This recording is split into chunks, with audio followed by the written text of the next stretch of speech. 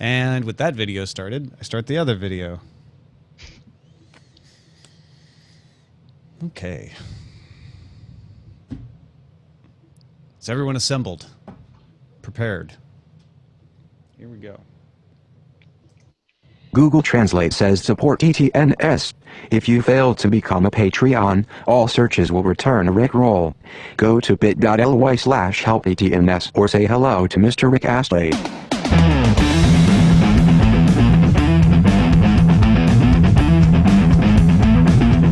This is the Daily Tech News for Monday, September 14th, 2015. I'm Tom Merritt. Joining me today, as she does most Mondays, Ms.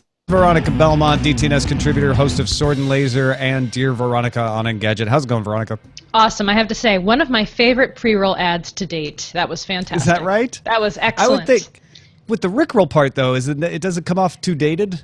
But it rolled in so nicely to the theme music. I was just really impressed by the editing skills there. That was very nicely done. Execution. Excellent execution. Also joining us today, Kevin Purdy, writer for Wirecutter, The Sweet Home, several other outlets, former Lifehacker editor where I was a big fan of him and still am a big fan of him. How's it going, Kevin? Very well. Thank you for having me on. That was I navigated that. I almost said that as if I stopped being a fan of you at some point. And I didn't. Sometimes I'm not a fan myself either, Tom. You know? He's like, now he's all right, I guess. Whatever. No, I think I've always relied on Kevin's opinions for lots of things, and that has never stopped. I mean, and we'll talk about that in our main discussion. You're navigating the horrible world of Android smartwatches and trying to make recommendations for people. That's brave. Thank you. Thank you. It is a wild jungle out there. Yeah. We'll also talk a little bit about toilet scrubbers, but first, let's get into the headlines. Microsoft sent out invites to a media briefing for Tuesday, October 6th at 10 a.m. Eastern in New York, saying it has some exciting news to share about Windows 10 devices. The Verge expects that we will hear about the Surface Pro 4, the Lumia 950 and 950 SL phones, and a new Microsoft Band. I have to be honest, I'm actually a little excited about a new Microsoft Band. I think that's a pretty good product. Yeah, I'm excited about that as well, but I'm hoping we don't see the Surface Pro 4 being a, 65-inch tablet. Just bigger and better. The rumor is 14 inches, which is kind of crazy big. That's what she said.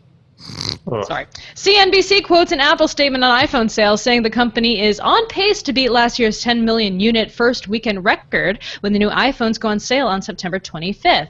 FBR Capital Markets say backorder times indicate strong sales, especially in the Chinese market, which is what we saw last time as well. Every time there's an iPhone, there's a statement from Apple about how great the sales are. Mm-hmm. Kevin, is this news? Like, everybody's reporting it, but...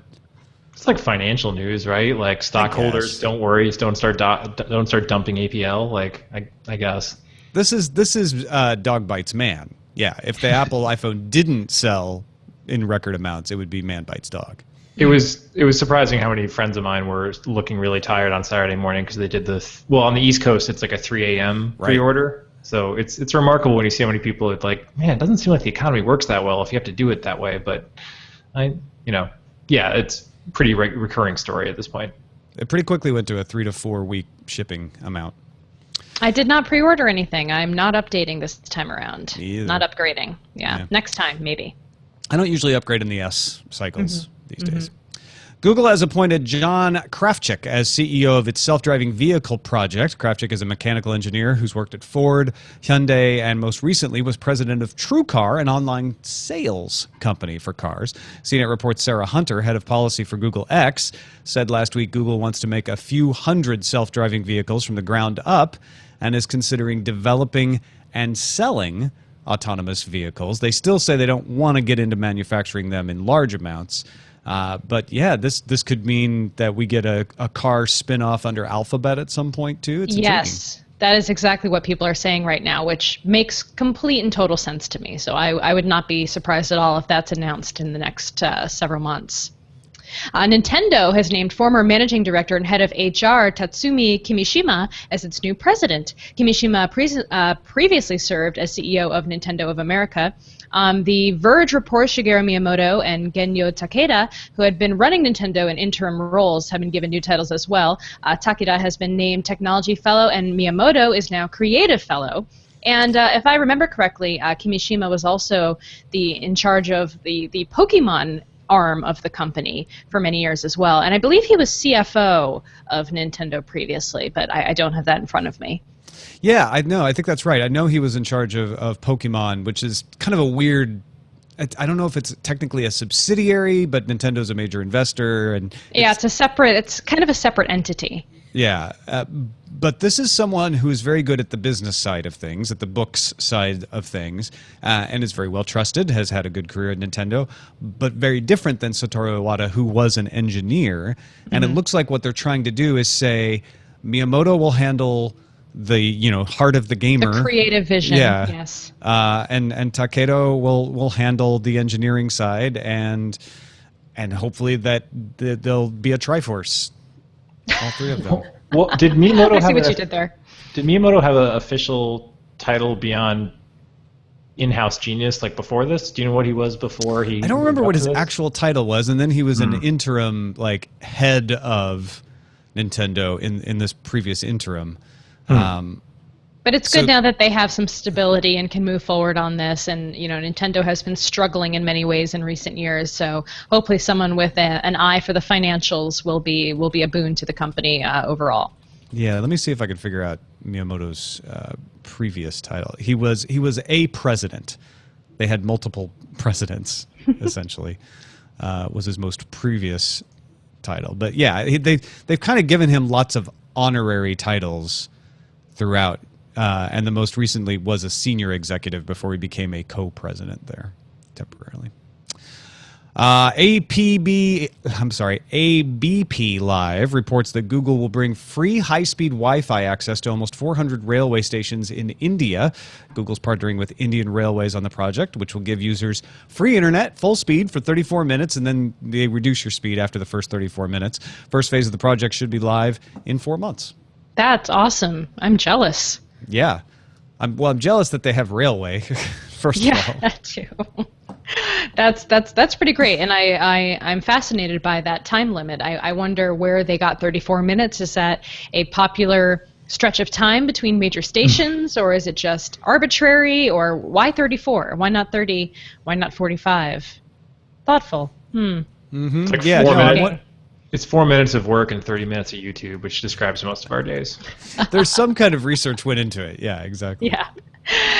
Sheridan, Hobbit from PA, submitted stories about DARPA's successful project that enabled a paralyzed patient to feel pressure on fingers of prosthetic hand. Signals were routed from torque sensors in the prosthesis to electrodes attached to the volunteer's sensory cortex. The prosthesis used in the experiment was created by the Applied Physics Lab at Johns Hopkins University. DARPA reports nearly 100% accuracy in initial tests. The results have yet to be peer-reviewed and published, however.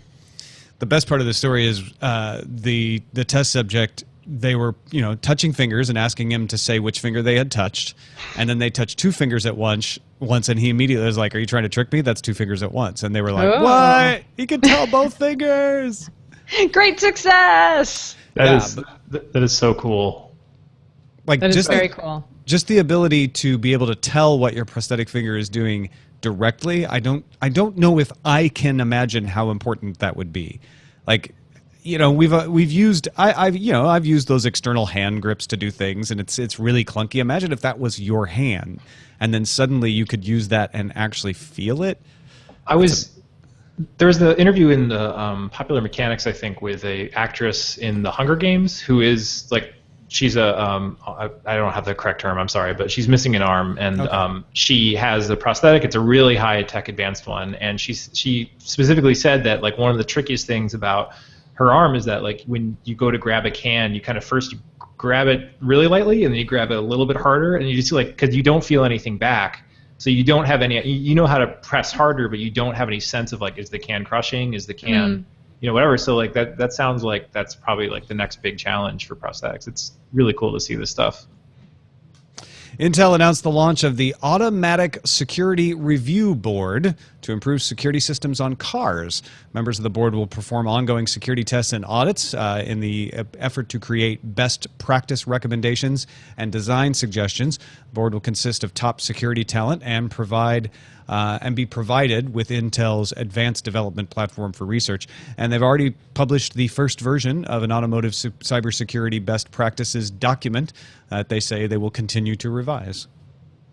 That obviously makes a ton of sense because of all the security issues we've been seeing in systems of pretty typical cars, not even things like self-driving cars or heavily electric and computer-driven cars. I mean, this is just your average car has all sorts of security flaws now because of the way that we connect all the systems together. So I'm glad that something like this is being put into effect. I think it's maybe a little late, but still welcome. I mean, you could say it's self-serving, and it is for Intel to do it this way, with the idea of saying, hey, we will harden the security on Intel products, and then you'll more likely want to put Intel products in your cars when you build your car systems. But any effort at this point is better than the limited and failing efforts that we've seen up till now as these things become more common. You need to have more people poking holes in them. So I'm very much for this. Absolutely. The deputy head of Russia's Federal Anti-Monopoly Service said today that Google is abusing its dominant position in the market for pre-installed app stores, and within 10 days, Russia will send an official order for Google to terminate such abuse. Search engines Yandex filed the complaint based on the fact that Google-authorized versions of Android require Google to be set as a default search engine. TechCrunch reports Yandex has 60% of the Russian search market, while Android is on 86% of all smartphones sold in Russia. This is a tricky one, too, and it in some ways is similar to the debate in Europe. I'm not sure how much it will impact the debate in Europe because it's Russia and it's a whole different set of rules. But the idea is not that you can get a version of Android without Google. The idea is that the version of Android that Google sells is 86% dominant. And so once you're that dominant, that's when you start to point at things and say, well, now you're abusing your market power, because the rules change once you have market dominance that high, I guess is what I'm saying. That has been Google's dominant defense to all kind of antitrust accusations, is there's always an alternative. You know, like for everything we make, there's always a very close second-hand competitor. In this case, I guess it would be Android phones without the Google experience. Or couldn't it just go so far as to say Android phones with the option to choose a different search engine on setup? Well, and then you get into what Microsoft had to do with browsers, right? Where in Europe, they had to sell a version that made you choose a browser at the beginning so you weren't forced into the IE. And that could very well be what Google ends up having to do with Android here. mattblackcube sent us the PC Mag report that TomTom has launched a new system called Road DNA to allow makers of self-driving cars to integrate accurate location information into onboard systems. Road DNA captures real-time lateral and longitudinal views of the road and helps inform the vehicle where it is on the road, even at high speeds.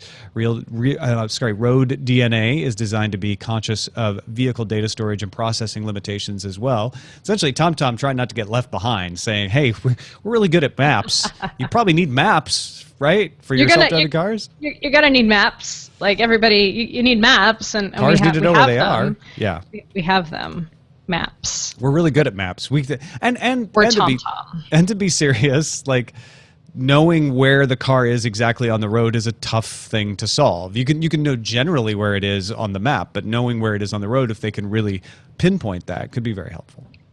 Please don't use Waze. We're TomTom. Please use us. PC Mag reports on Xerox PARC's proof of concept chip made of Corning's Gorilla Glass.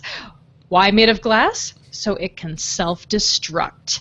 It was developed as part of DARPA's Vanishing Programmable Resources project. The chip is meant to hold something valuable like an encryption key. If the chip falls into the wrong hands, a laser or radio signal causes a resistor to heat up.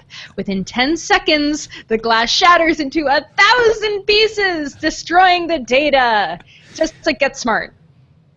My favorite part of this story is that it was a self-destroying chip that wasn't like, what it really does is just overwrites the data 15 times. Like, I've read that story a million times. This is one where, like, it actually breaks itself into thousands of pieces. Well, what I love is that, especially with Gorilla Glass, which is supposed to be some of the hardest glass that we use for electronics and devices, and then they're like, we're using this so we can shatter the hell out of it. Like, what? Okay, cool. You just take it to a bar at 1:30 in the morning. You walk out of the bar and you ask it to call a cab, and then it just shatters. Like all of a sudden, it's on the curb. It's gone. All the data is safe. That's what's really happening in that resistor. It's a virtual bar that it walks out of. Exactly. Exactly. No, this is fascinating. I know it doesn't actually explode either, but I kind of wish it did.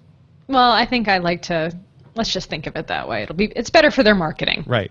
It'll be good in the commercial. Yeah. It would also be dangerous. And that is a look at the headlines. Folks, don't forget to submit stories and vote on them at dailytechnewsshow.reddit.com. That is how we get these stories, like exploding Corning Gorilla Glass or TomTom launching a new system called Road DNA. Folks, the more you vote, the better the show gets. Go there, dailytechnewsshow.reddit.com. Okay, so as I mentioned at the top of the show, Kevin Purdy braves the waters of Android Wear.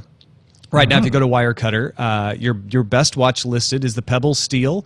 You've done 40 hours of research and wearing, comparing 9 Android-compatible smartwatches. But you're saying, hold on, wait, there's been a software update to Pebble Steel and, especially with the IFA conference recently, a whole slew of new Android watches. How do you make sense of this landscape? Well, that is why the guide is in wait status right now, because we are waiting to make sense of it in a way. It's been really hard because I've been feeling like the Pebble, and discussing with my editors and trying to figure it out, it feels like the Pebble has been for a long time the best option for people who want a watch that is affordable, lasts all day on battery, and to a certain extent looks okay.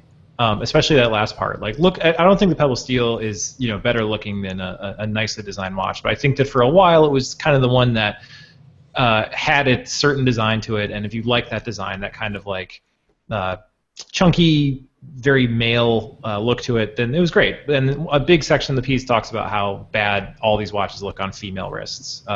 That's my wife's wrist somewhere down the page, holding a giant Moto 360 or something. So at IFA, I didn't know we pronounced it that way. There were 4 new watches, and they all kind of hit on the things that I thought were wrong with Android Wear or problematic. The look, the price, a lot of them are all round, completely round without what they call the flat tire on the 360. And so I think at this point it would be kind of that you shouldn't buy any watch. You should wait for some people to wear a 360 for a bit, to wear a Huawei watch, a Asus ZenWatch 2, or even Samsung. I say even, but a lot of people are impressed with Samsung's Gear Watch, which is not even running Android, it's running Tizen. Right. We don't have time in the show to describe Tizen, but it's kind of mostly a Samsung propped up version of Linux that they've been using for wearable stuff. And people have been saying that even that watch looks impressive. So it's a really confusing space right now, and I'm slowly getting a chance to try out some of these watches and see how they work. And I really do think that it's going to be a different pick probably the next time we update it. I think just based on looking how many new things are out there and how they seem to have really learned from, I guess you'd say, the second wave of watches. Now we're on to the third. So what do you think, and not to genderify it, but I guess for people who are looking for smaller watches or who have smaller wrists, what are some of your recommendations for that area? Okay, so the Moto 360 that's coming out, I think you can pre-order it now. It should be arriving probably by the end of September for most people to buy it. That has a 42 millimeter version and a 46 millimeter version. So that's still pretty large. Yeah, the larger Apple Watch is 42 millimeters, but I'm so fun at cocktail parties. The larger Apple Watch is kind of small relative to other watches, other smartwatches. Like Android Wear, I mean, you can't see it on the audio version, but like this thing is a hockey puck. If you fly on planes, you see dudes wearing hockey pucks all the time, and they're not smartwatches. They're just giant, ostentatious finance job watches. But yeah, the chronograph things where they've got 16 different dials on there. Yeah, exactly. And so the Asus ZenWatch, the Gear S2, the Gear 2 or whatever it is, and the Moto 360 all have very specifically smaller versions. And I think the Gear and the Asus are even smaller than Moto 360. So they're definitely focusing on look, size, and style. But again, it's going to be a while till we pick one or say anything, because you want to see how it lasts. I mean, we're still kind of dealing with size against battery limitations, even at this advanced stage. Now, the Pebble has been considered, a top watch in all of these different categories, especially battery life. But it's never been the prettiest. It's never been, the top in any particular category. It's just been the best across the board. Sure. And it sounds like you're saying this time maybe it's time. Pebble Time Steel may not come out on top. How hard is it for a company like that to compete when you've got these huge heavyweights like Samsung and Apple and all these other watchmakers weighing in? They are very specifically staking out a position, saying that they don't want to be the everything watch. They don't want to. Well, they do have some capability of doing it, but they're not a fitness / back and forth messaging / like everything that the Apple Watch purports to do. The Pebble company in general says, like, we show you notifications, you can control your music. The end. Like, is that what you want? Do you want to just like be able to at a party at work look at your wrist, say, oh, okay, I need to go home because the dog needs to be walked? Like, that's fine. That's what our watch does. I think they're definitely trying to pick out a position somewhere way below the Apple Watch and even Android Wear in terms of what they're trying to do. So they can succeed, and they have succeeded on that in some ways because their watches have been fast, super long battery life, and just they do what they say they do on the tin, as they say. But right now, I think that with the new wave of watches coming out, it's going to be much stiffer competition. Well, that's one of the things I picked up from your article where you say, look, if you want a fitness tracker, you should get a fitness tracker because even though some of these watches do fitness tracking, they don't do it nearly as well. And I wonder if that's a really smart way for Pebble to approach this, to say we're not a fitness tracker, we're this kind of watch. Because one of the reasons I'm attracted to the Microsoft Band is that it tells the time, which is great, and it does fitness tracking. And I'm not saying it does it the best, but it does it very well. And I'm curious to compare it to other fitness trackers out there because that's what I would use a wearable for mostly is fitness tracking. Well, yeah, I don't really care about the other stuff. Yeah, because you feel like you want to limit or at least reduce the number of gadgets that we have to have on us at any given moment. And I'm currently wearing an Apple Watch and also a Fitbit. And while I like the Fitbit ecosystem better in terms of tracking information for fitness, I would someday like to pare that down to one device and have a really great Fitbit app on my Apple Watch, which I know is not really in their best interest right now unless they're, that would be a money-losing proposition for Fitbit, which as a publicly traded company is obviously not ideal for them. But so it's hard because we have to kind of make these choices about how many devices are we willing to wear, and if Pebble is kind of in the mindset of, oh, we're just going to be a good watch, well, maybe I don't want that to be my watch when I'm trying to cover as many bases as possible at this point. Sure, fair point. And I think that all of the companies have kind of latched onto the same marketing for their smartwatches, which is this is the thing that helps you keep your phone in your pocket. This is a technology reducer. This actually prevents you from getting lost inside Facebook tabs when you just meant to look at the weather or whatever. But to your point, yeah, I mean, all of them try to stake out a lot of different territories: fitness, notifications, weather, stocks. Even I think the Apple Watch has a stocks app, doesn't it? Yeah, that's a life I can't imagine living. But I think that at some point you have to decide, like, do you want a multi-purpose watch that does replace all these other things? But I think most people reach a point where, like, if you start running a lot, you're going to get running gear, like a dedicated GPS watch. If you're using it for fitness tracking, like Tom said, you're probably going to end up with a fitness tracker. So I even at this stage with our guide, I still find myself there's a section like, who is this for? And I feel like I just sit back and look at the monitor for like 10 minutes, like, yeah, good question.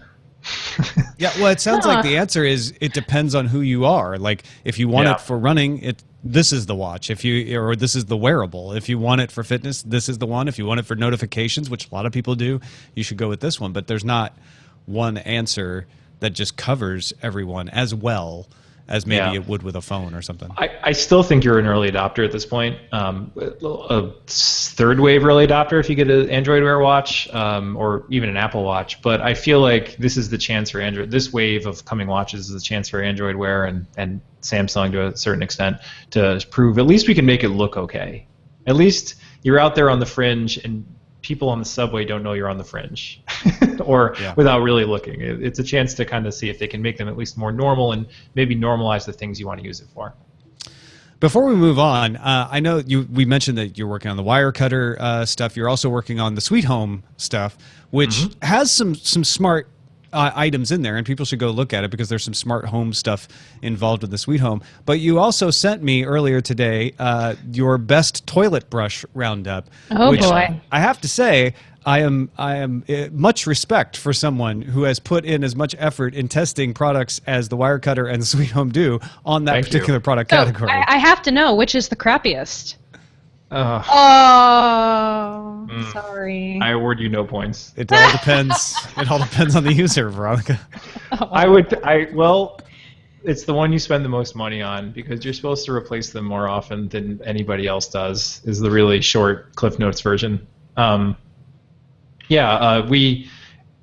try to approach everything with the idea that a lot of it is going to be testing all the things that are out there and testing what people are asking about. But then I think a lot of times at the Sweet Home and at the wire cutter, we end up kind of writing a guide that's also like about how you're supposed to use it. We ask experts, and a lot of times you ask experts about a category, and they'll end up saying, people just buy these things and they break. Like with the cutting boards article I wrote, I had talked to all these wood engineers and folks who work in woodworking science, and they just kind of you ask a whole bunch of people whose entire life is woodworking and wood, and they're like, people should buy plastic boards. People should buy cheap plastic boards, beat them to heck, and then just get. That you can throw in the washing machine, make sure they're all nice I and get disinfected. I get plastic cutting surfaces that I put over my wooden board, so I've got the nice wooden feel underneath, but I'm not cutting on the wood. Oh man, you're an early adopter of cutting board technology. Who knew? Yeah, or things like that, like getting a rubber polyethylene mat and just throwing it over your wooden board, because wooden boards require a little bit of more care than most people know. Yeah.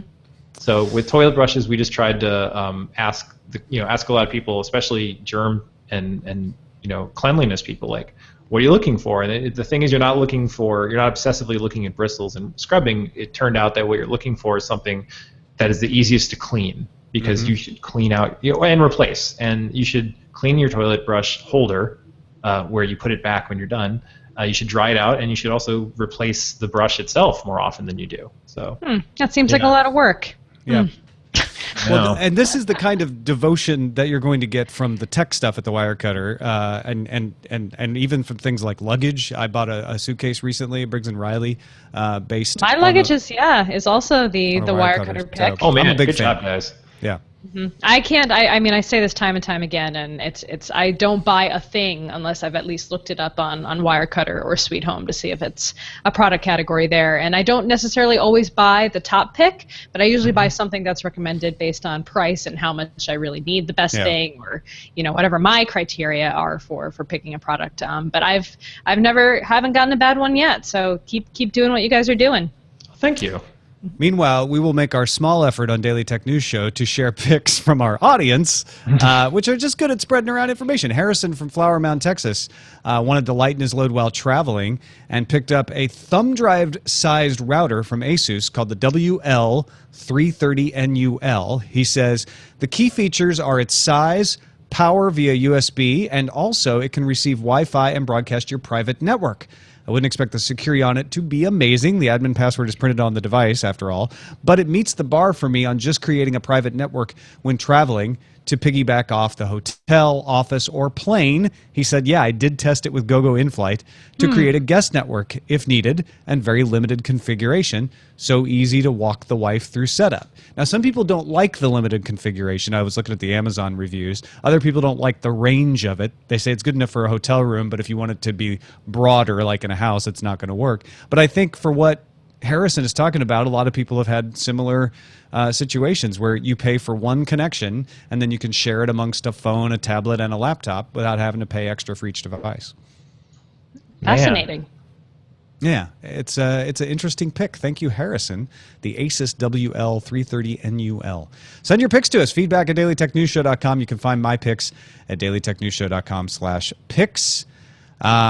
Some news out of Australia. Failed Access Memory notes that Communication Minister Malcolm Turnbull, surname pronounced as one word, he says, challenged the Prime Minister Tony Abbott and won. So Turnbull is now the new Prime Minister of Australia. We are so thrilled, says Failed Access Memory. Turnbull had the National Broadband Network over budget and late.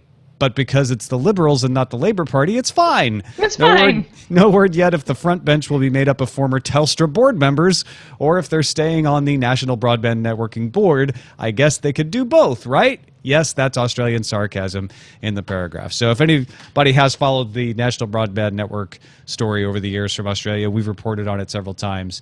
Someone instrumental to that is now the head of Australia. Your mileage may vary in what you think of that. We had great response to our discussion of emotion recognition on Friday's show. Jason suggested it could be used to diagnose emotional affect disorders, and Kristen Cantrell suggested it could help people with conditions like Asperger's, writing, I do think having access to a program that helps teach them how to project intended emotion and to correctly interpret others' emotion could help make their lives easier. Tyler, who's a former therapist, agrees, saying people may be more comfortable talking with a computer avatar or to a faceless virtual psychotherapist who exists in the cloud. And if those can at least flag a patient for follow-up from a human, much mental illness could be preempted before it becomes acute. Paul thought that we should imagine deploying this technology at government buildings and transportation hubs to identify specific emotions such as nervousness, apprehension, excessive seriousness. Jason thought the same could be useful at ATMs if someone looks like they're being forced to withdraw money. And then Mike wrote in and says he has a form of facial paralysis called Mobius syndrome, which prevents him from making facial expressions. And in relation to tracking, wrote, when do you think we'll see a surge in popularity of Botox injections so people can make their face expressionless to avoid being tracked? Wow, that's some interesting ideas there. Huh. That's fascinating. From the helpful to the controversial to the encouraging Botox. Wow. Yeah. You know, go ahead, Kevin. Oh, I was going to say we'll be hiring shadow runners who have gotten this like Botox injection, and then you'll send them to return things to Target after your third no receipt return, and then they'll walk in and say, "Hello, I purchased this air conditioner. It is no longer functioning properly. I wish to return it." And they'll be like, "Yes, you seem on the level, sir." And I'll be in the facial car. recognition says he's telling the truth. Yeah, I'll be in the car and be like, "Oh man, good thing I hired this guy." Yeah, it's a fascinating technology, and as we mentioned on Friday, it's going to be used for advertising first of all to find out how you're reacting to advertisements. But that I loved all of the responses we got from people saying, yeah, but it could also be used for this, could be helpful with this. It's fantastic stuff. Well, that is it for this episode of the Daily Tech News Show. Thank you, Kevin Purdy. We waxed pretty eloquently about the Wirecutter and the Sweet Home already, but you have been working on a project about USB microphones that I know you were asking me a couple questions about. I know you've asked Veronica about. So that's coming up. When can people expect that? Boy, that's a good question. I didn't mean to put you on the spot. I was just trying to tease it. No, my editor's on vacation this week, so good question. Fairly soon. I would never promise a date, but yeah, fairly soon. We've kind of wrapped up the testing and the interviews and stuff like that. So I'm using one of them right now that shall remain nameless. Video feed can figure out which one it is probably, but yeah, pretty soon look for USB microphones. And then the Android smartwatch as mentioned earlier is constantly under revision and checking. So I would expect to see, after we get this first wave in, probably an update in early October or something like that. So check back on the website and follow Kevin on Twitter, twitter.com/Kevin Purdy, KEVINPURDY. Anything else to mention? No, that's it. My whole life is toilet brushes and watches right now. Like a 1930s salesman or something. It could be worse, right? Yeah. It could certainly be worse. Yeah. Veronica Belmont, what's up with you before we go? Let's see. We just had a recent episode of Dear Veronica come up in which the gentleman from My Brother, and Me answered some questions about how to deal with meeting famous people in real life. They took it into hilarious extremes. And we also covered why we can't find more NFC payment terminals around the city, especially in some place like San Francisco. So yeah, you can check for new episodes every Wednesday over on Engadget at engadget.com/dear-Veronica. Huge thanks to all the people who support the show, whether it be through Patreon, PayPal, or the dailytechnewsshow.com/store. We survive because you want us to. This show exists because of you. So thank you. If you can't support the show directly, just tell somebody about the show. I've been noticing people doing that, and it's really helpful. dailytechnewsshow.com/support. Our email address is feedback@dailytechnewsshow.com. You can give us a call, 512-559-DAILY. Listen to the show live Monday through Friday at 4:30 Eastern at alphageekradio.com and visit our website, dailytechnewsshow.com. We'll be back tomorrow with Patrick Beja. Talk to you then. This show is part of the Frog Pants Network. Get more at frogpants.com. Diamond Club hopes you have enjoyed this program.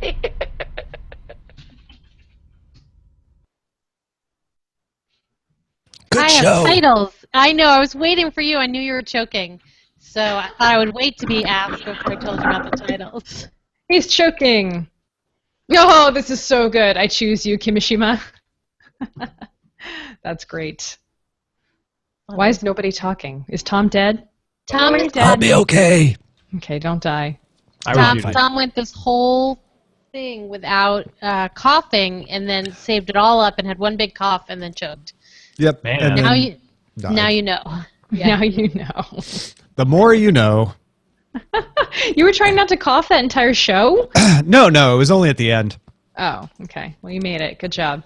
Only when I got to the email address, and then I was like, blah, blah, blah, blah, blah, blah. So Yeah, other came on like a titles, star. although that one is pretty awesome, is Let the Chips Self-Destruct When They May. That's Long. how the computer chip crumbles. That is how Do it androids goes. dream of smartwatch sheep? It's I on think topic. the choice here is clear. I choose you. Yeah, I choose you, Lau Roman's title. Yep. Yep. You ever have one of those days where you really think things should be simpler and yet printing something takes up your whole day? Wait, printing something takes up the whole day? You have to do one thing and send one thing to one person, but printing it off a new printer that you haven't used before has become some sort of like horrifying act of I don't even know what. Okay, well, I will say, and this is not a knock, and I know that we're still live, but we did buy, I believe, the wire cutter printer, and it has been a god darn nightmare to set up on our home network. So. Oh no. Yeah. I think that guide makes it pretty clear that it is like saying this is the best rabies injection you can get. You know, that's the thing. like it's never gonna be as fun as opening like that, getting that neoprene smell from like a new phone. You're still buying a device that sprays fluids onto paper. It's still Yes. a Yeah. printer. So You know what's rotten? Inkjet cartridges. You know what's extra rotten? Printer drivers. You know what makes it worse? Networking. Like, it's just the perfect storm of awful. No. And if I was able to fill this out really successfully via, computer fill out, that would be fine. But I ran into trouble filling out numbers in the right boxes. So that didn't. Man. I know. It's just like you just want to fill out one form, send it off, can't do it. added to Tom's list. I added to Tom's list. You know what else is wonderful? PDFs. Yeah. PDFs with built by third-party companies with interactive fill-in forms. Those are wonderful too. Yeah. Yeah. Just fix Everyone's it, guys. different. Everybody Yeah. go to one convention center at the date specified and fix it. There you go. Perfect. Thank you all for having me. I'm gonna get back to Yeah, no. such and Thank you, Kevin. And the next time I'm on, I'm going to have a rug, and I'm going to be facing a different direction, so there's not a big, like, Wizard of Oz window behind me. No problem. That'll be exciting. Yeah, no, it sounded fine. Thank you so much. Yeah, it sounded good. And if you have, like, when the USB mic thing is up, or if you have another project of any kind, if you're writing a book or anything, just let us know. Yeah, your readers have really great picks. Man, I did not know that category existed. What, the little mini? I didn't know about that thing either. That little mini travel router? Yeah. No, That was crazy. I had no idea. My travel experience is just having 2 battery backups for my phone at all times, and just using my phone as like a modem, and not doing that well at it. So Yeah. all right, thanks so much, guys. All right, cheers. Bye. Bye. That was a good show. Yeah. I got as far as configuring the device, and yes, that was a good show. Configuring device. Please Configuring work. the I just show want device? to print 4 pages. No. Configuring the... Looking for printer. Guys, this could happen. It's so close. It's so close. You're almost I haven't gotten there. that message before. And I guess all it is go home and print it at home. But then that's like a whole day. Oh, cassette tray is not installed correctly. Ah. That means they're talking.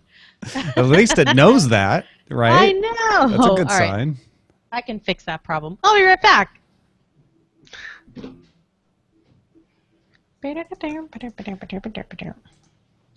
What? There's someone coming down my stairs. Brian Who's Brushwood. that? What? Not again. Why is he still here? What? Live at your house He now? just lives here. What? Don't you have a home? No, this is my No. home. I live here now. Hey, it's the Mad Tech Son. It's the Mad Texan. The Mad Texan. Oh, that's right. The Mad Texan. Does anybody need a printer, by the way? I have an old printer I'm trying to offload. I need you to go throw it in the garbage. Like all murder it printers to death. deserve to be. Go office space. Yeah, used printer. Yep. That's a hot category. How about a used 46-inch LCD television? Oh. Well, that actually is useful. Somebody would take that. Nobody on Nextdoor wanted it, so I guess Really? I have to Just put an it on LCD. Craigslist, which means that's going to be a nightmare. You could just take it You to know what? Goodwill. Do you expect to get a lot of money for it? If not, That's you could when I always take go- it out of the closet. Yeah. Yeah, it was like, yeah, I guess. I take it guess to the could do Jewish that. Women's Center because that's the closest place. I just really want someone to come take it away from me, mostly. TaskRabbit. I know. Goodwill, they'll pick it up. Yeah. That's what I Maybe do they with will. all my old tech. It's like it's not even worth putting it up. It's just easier because they have a whole entire program to help people to train people on recycling electronic material, as well as whatever they sell, they put back into their program. Yeah, right. It's And a you good get the cause. tax deduction. Yeah. You get to write whatever it's worth. I put like $1,000. Okay. This 46-inch LCD, I spent $4,000 on it in 1992. You donate enough stuff, you get a baby. Oh, is that where you got Ellie? Oh, is that That's where where the babies come from. Oh, I that see. makes sense. Wow, Brushwood must have donated a lot of things.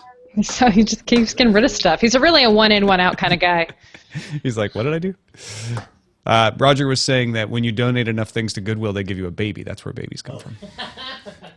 I love it. Update. I have successfully printed 4 pages, which I will now fill out 1 page of and scan 4 pages back into the computer. Oh, boy. Why do you have to scan it back in? It wasn't a PDF or nothing? It was a PDF that I couldn't fill out the right boxes with numbers in them. Oh, that's why I use my Wacom tablet now. I can just draw on top of it. Whacking. Wacom. You're whacking. Then I send it back. Roger. Hold on. I know. That's very nice. Thank you. Sounds like a personal problem. I'm just saying. Oh. I use an iPad 12 for that, or whatever, iPad Pro. An iPad Bro. iPad Bro. And it just like says it out in your ear in Surfer Talk. iPad Pro. All right. Look at that. Fun. I have fun. That show is published, That's a published show, you guys. and I didn't die Good job. Good. Why would you die? out of coughing. Oh. Good. So on that Nice. up note of What not foundation dying, powder should I buy? Just go to Mac. stay or to- tuned tomorrow to find out which foundation powder Wait, I had an Veronica answer. buys. I Veronica dropped had my a question. compact. And I don't Nancy want to may go to surprise Mac. you. I don't like Mac. How about Will she go to Kevin? Mac? Wait, Tune in what about- tomorrow. Hold on. What about not Mac? What about Wait, I have it at home. Spoilers. There's that new company that I really like. What's the that new has- company Jenny likes? Find out tomorrow. Can I